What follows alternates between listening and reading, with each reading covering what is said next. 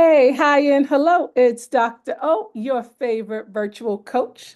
Welcome back to the channel. Listen, super teachers, today I want to talk with you about something that is important but often overlooked, and that is your post-test reflections. Something that not only benefits you and your practice, but also your students and their learning. Now, if you're watching this in April, you are probably still in the test season trenches and wondering, how is it that I'm talking about post-test reflections? But hold on a minute, let me explain. This is the time for you to start thinking about your post-test reflections while you're in the trenches, while it's still quiet. Okay, so go ahead, grab a cup of tea, settle in, and let's get into it.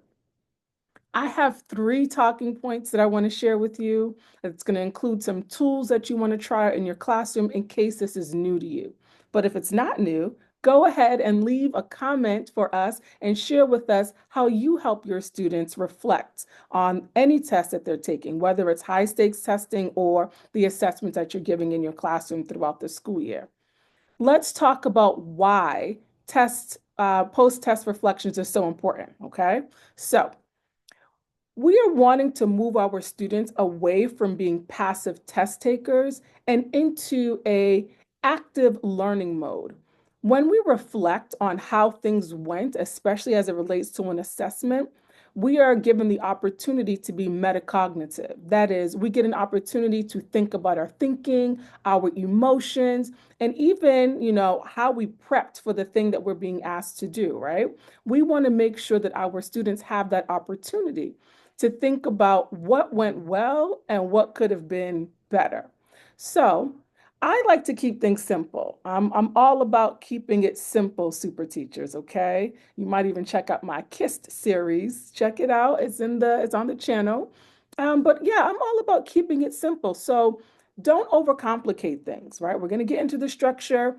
Don't overcomplicate things. I only offer my students two questions. That is, what went well in terms of their preparation and what could have been better. We want to put our students in a position to say, for example, um, I didn't feel prepared for this test.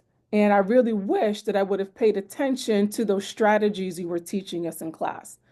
Because maybe they cannot apply those strategies to that test that they just finished completing, but they'll be thinking about how important it is to pay attention when you're offering the strategies.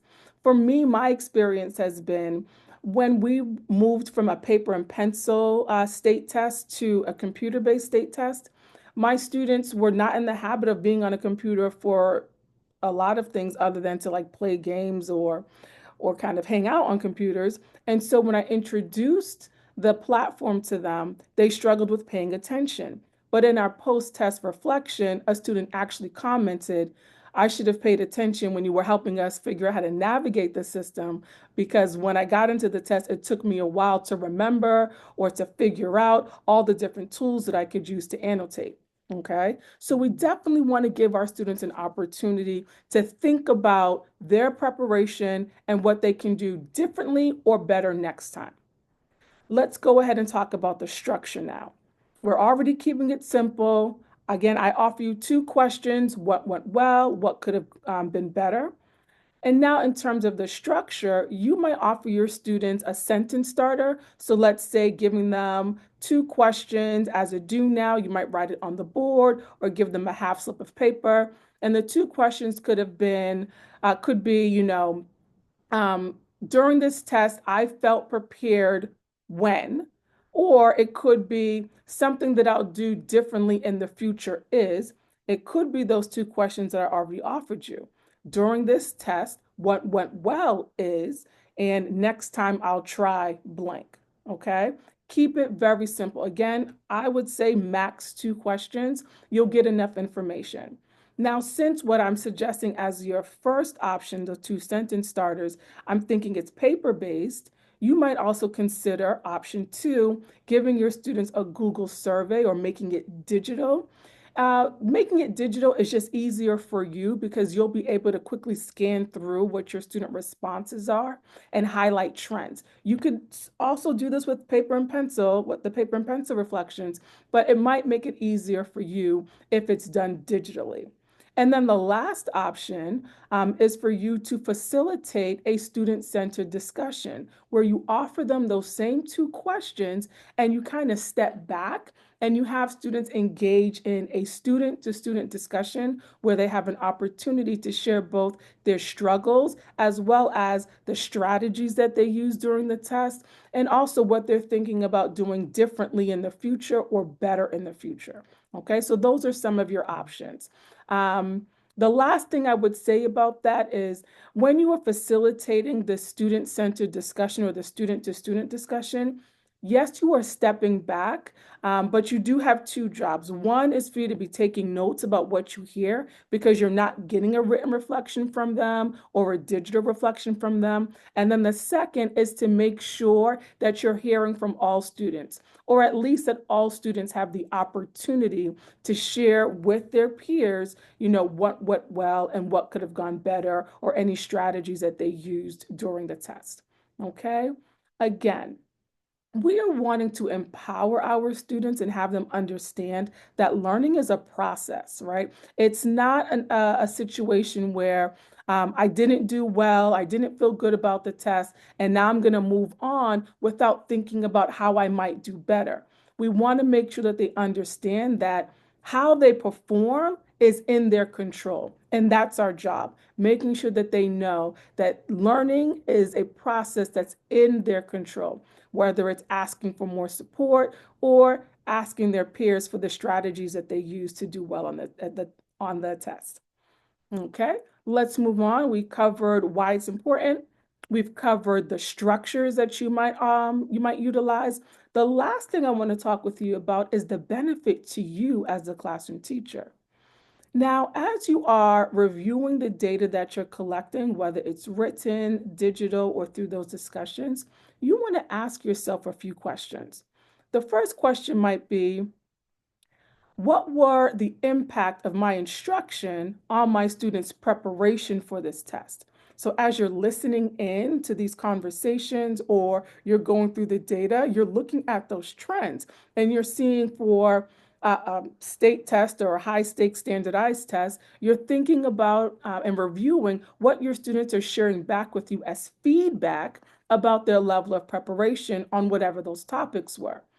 Use that information to refine your instruction for the rest of the year as you're thinking about going into the next school year. We will get a break over the summer, but as you know, we don't stop. We don't actually stop. We give our brains a break, but we don't actually ever stop. We are always thinking about what's to do next. And so I offer that to you without any pressure. I know we're still in this year, but use this data after your test taking season is over to think about your instructional practice for the remainder of the year, as well as what you might do differently or better next school year.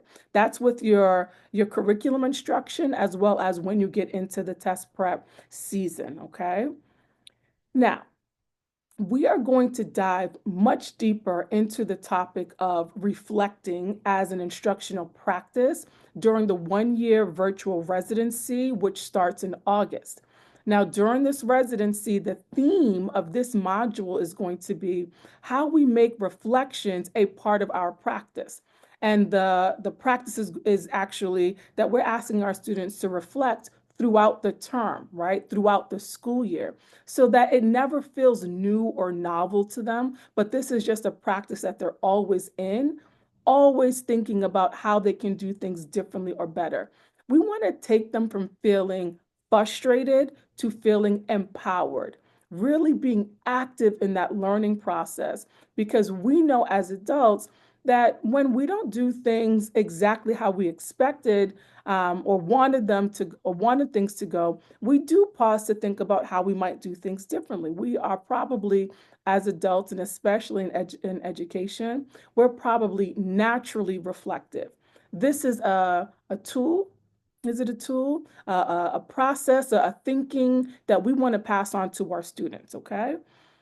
Lastly, now if you are needing immediate support, be sure to reach out to me. My links are in the description. If you are thinking about, post-test reflections or anything related to your instruction, student engagement, or planning, reach out to me because oftentimes you might just need a thought partner, someone to bounce ideas off of that are specific to your unique students, right? So you don't have to wait until the virtual residency. You can go ahead and book a call with me today, and I'm here to support you. Now, this was a quick video and you're still here. So if you found this information useful, please, number one, go ahead and like, because we know it helps with the algorithm. But also, and more importantly, please share this video with a hardworking teacher friend of yours and leave us a comment. I really do want to know how you help your students reflect after an assessment, whether it's during test taking season or during the school year. After the assessments that you're giving them. That is all I have for today, Super Teachers. Thank you so much for watching this video, and I will see you in the next one. Peace.